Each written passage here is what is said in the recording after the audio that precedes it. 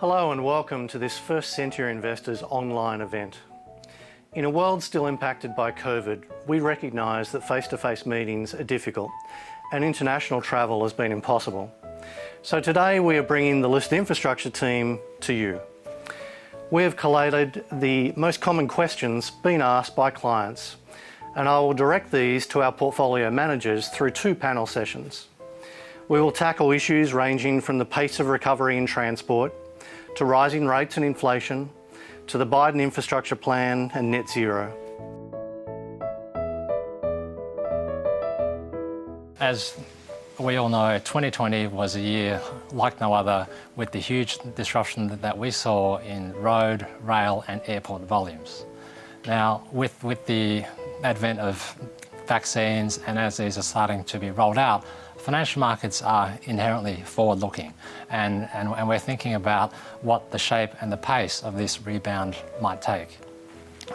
Based on our experience, we think road, rail and airport volumes will return to pre-pandemic levels, although at varying paces.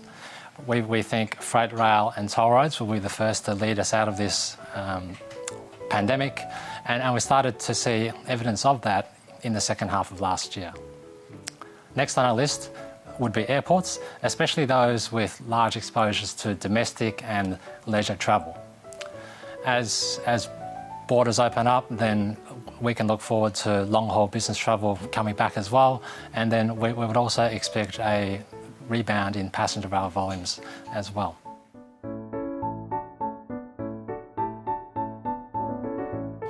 As we were going through last year, we were doing a great deal of thinking about how the world might evolve once we get out of this pandemic. And whilst I do recognise there are parts of the world that are still doing it quite tough with COVID, there are also some pockets of the world where COVID is more under control. And we can look at data from these parts of the world to give us a guide as to how the post-pandemic, post-vaccine world might look like. Now, I might be accused of home market bias here, but I've got some excellent data from Sydney, Australia. I chose Sydney because it's one of the few places in the world where there's relatively few lockdowns and people can go about their normal lives. And we've got data on road volumes, rail passenger numbers, and also office occupancy rates. And what we have found is that once lockdowns eased in this state, toll road volumes rebounded to 2019 levels really quickly. We have seen the effects of work from home on office occupancy, and it's running at about half of what it was prior to the pandemic. And what is apparent in this data is that effect of work from home hasn't actually impacted toll roads, it's impacted passenger rail volumes because they're still down about 40%. We think there's a number of reasons behind this divergence in trends. Number one is that not all occupations are able to work from home. Construction, medical, education would be some areas that come to mind.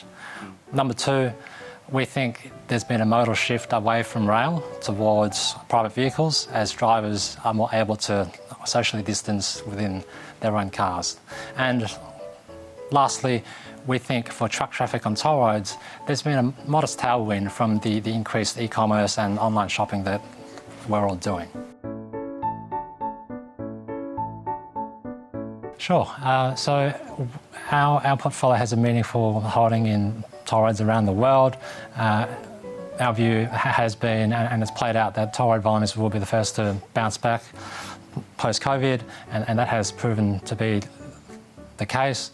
The impact from work from home has been quite small, and we think there's a modest tailwind from increased truck traffic from e-commerce and online shopping as well. In terms of valuations, we think they're still relatively attractive, and the market is not giving these companies credit for how robust the business models of these companies are. In terms of airports, we're a bit more cautious and we have to look a bit harder to find value.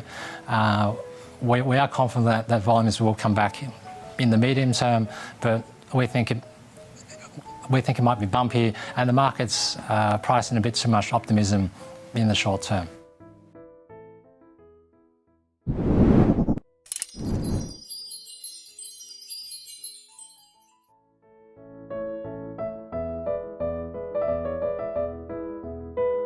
投资一定有风险，基金投资有赚有赔，申购前应详阅公开说明书与投资人须知。